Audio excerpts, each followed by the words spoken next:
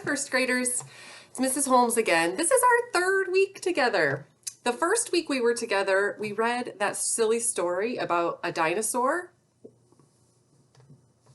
who ate her classmates. And do you remember what we were trying to learn when we read that story? We were talking about being a good friend. Remember? Can you try this with your hands? Your two hooks that come together, and that means friend. And we realized that one of the parts of being a good friend is showing kindness. To be kind, right? And then last week, we talked about asking good questions. And when we ask good questions, we want to say please, and we want to say thank you, and we want to find the right person and ask the right question, and we want to ask it at a good time. So we don't want to interrupt somebody, right? We want to wait until it's a good time to ask those questions. So this week, I wanted to talk about something that is very important when we're at school, and that is finishing our work. Okay, those are our two words for today. Finish. It's almost like you're washing your hands off. I'm done. Finish, and then work. Okay, so I wanted to read you a story about a little girl who works really hard to finish her work. She does something that's called persevere. She perseveres. And she ends up with something kind of cool. So I thought we could read this story together. This story is called The Most Magnificent Thing.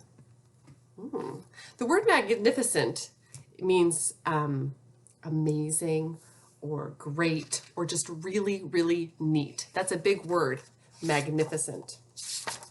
Okay, so here's our first page. We have a girl and she has a dog and she's got this nice scooter. So it says, this is a regular girl and her best friend in the whole wide world. They do all kinds of things together. They race, they eat, they explore, they relax. She makes things, he unmakes things. Oh dear. One day, the girl has a wonderful idea. She is going to make the most magnificent thing. So she has decided to make something, but we don't know what the magnificent thing is yet. She knows just how it will look. She knows just how it will work. All she has to do is make it. And she makes things all the time. Easy peasy. So she makes a plan and she writes it all down. She knows what she's doing. First, she hires an assistant. Looks like her assistant is her best friend. An assistant is somebody to help you. Next, they gather their supplies and they set up somewhere out of the way and get to work. Now, it says that they set up somewhere out of the way. Does it look like they're out of the way? Maybe not so much, but she's getting to work. She's getting her work done. Did you do some work today yet? The girl tinkers and hammers and measures while her assistant pounces and growls and chews. So she is working. Look at her. She's getting things done. When she is finished, she steps back to admire her work. She walks around one side.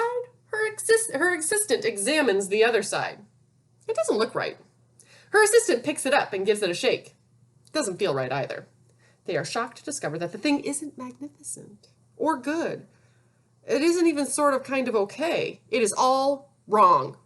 The girl tosses it aside and gives it another go. She's going to try again. It didn't work. So you can see, I'm trying to make it so my light, here, let me change my light. My light doesn't shine right on it. There we go. You can see there, she made something. We're not quite sure what that is. Do you have any guesses? What would she be making? Whatever it is, it's not right. She's going to try again. She smooths and wrenches and fiddles. Her assistant circles and tugs and wags. When she is finished, she stands up and takes a long look at it. Her assistant gives it a nudge with his paw. The thing is still wrong. She decides to try again. She is persevering. So even though it's not going right, she's going to try again. That is called persevering. The girl saws and glues and adjusts. She stands and examines and stares. She twists and tweaks and fastens. She fixes and straightens and studies. She's doing lots of work. So much work. So much perseverance. She tries all different ways to make it better. She makes it square. She makes it round. She gives it legs. She adds antenna. She makes it fuzzy. She makes it long, short, rough, smooth, big, small. She even smells of stinky cheese, but none of them are magnificent. So here's some of her tries. Any ideas what she's making? You can take a guess and keep it in your head and see if you're right at the end. Her hard work attracts a few admirers, so that means some people stopped to watch. But they don't understand. They can't see the magnificent thing in her mind. She gets mad. Have you ever gotten angry when you're trying to do something and it doesn't go just right? Can you see her face? She is mad. She is angry. The angrier she gets, the faster she works. She smashes pieces into shape. She jams parts together. She pummels little bits in. Her hands feel too big to work and her brain is too full of all the not right things. If only the thing would just work. She's getting angrier. She's getting more frustrated. Oh dear. Crunch. Have you ever smashed your finger like that on accident? Oh, it hurts so much. The pain starts in her finger. It rushes to her brain and she explodes. It is not her finest moment. She's very, very angry and frustrated. I'm no good at this. I quit. Her assistant suggests they go for a walk. So she's frustrated, but he says, let's just go for a little walk together. Sometimes a little walk can help us gather our thoughts so that we can decide what to do next, so that we can persevere. It's not much help at first, but before long, she starts to feel different. Bit by bit, the mad gets pushed out of her head, so the walking helps her calm down. Can you think of things you like to do that help you calm down when you are feeling frustrated or angry? A walk is sometimes a nice thing to do that if you can.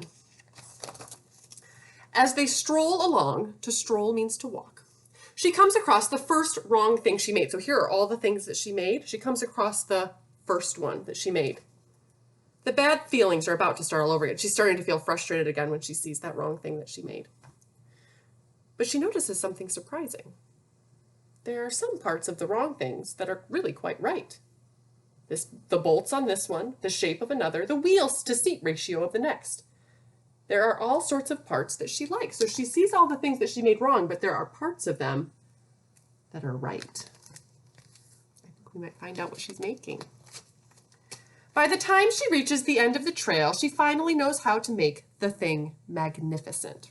Really, really good. She gets to work. She works carefully and slowly, tinkering, hammering, twisting, fiddling, gluing, painting. Her assistant makes sure there are no distractions. Remember, it says here she works carefully and slowly. That's a really great way to do our work, carefully and slowly, so that we get it right the first time. So she's working on the thing, and then it says, the afternoon fades to evening. Finally, she finishes. She tells her assistant, she says, I think I'm done. Let's have a look at it really quick before we turn the page. What do you think she's made? Do you have any guesses? Let's see.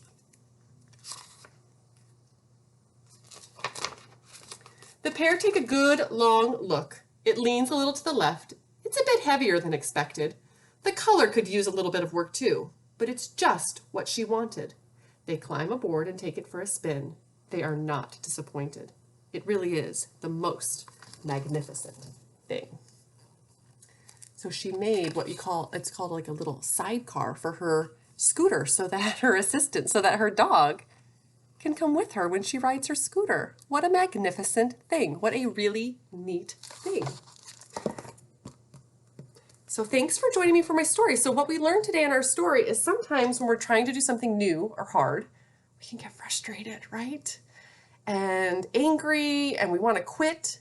But sometimes we just need to take some breaths. Maybe go for a little walk. Maybe do something different for a little bit and then come back to it. And I really liked the part where she talked about working slowly and carefully to get it done right, okay? So guys, next week I'm hoping to come see you in your Zoom classrooms. So I'll come in, and instead of seeing a video of Mrs. Holmes, we'll see the real Mrs. Holmes. Well, we'll still be on a computer, but I'll get to see you guys and we'll get to play together. So I'm excited to see you guys next week, and I hope you liked my story, The Most Magnificent Thing.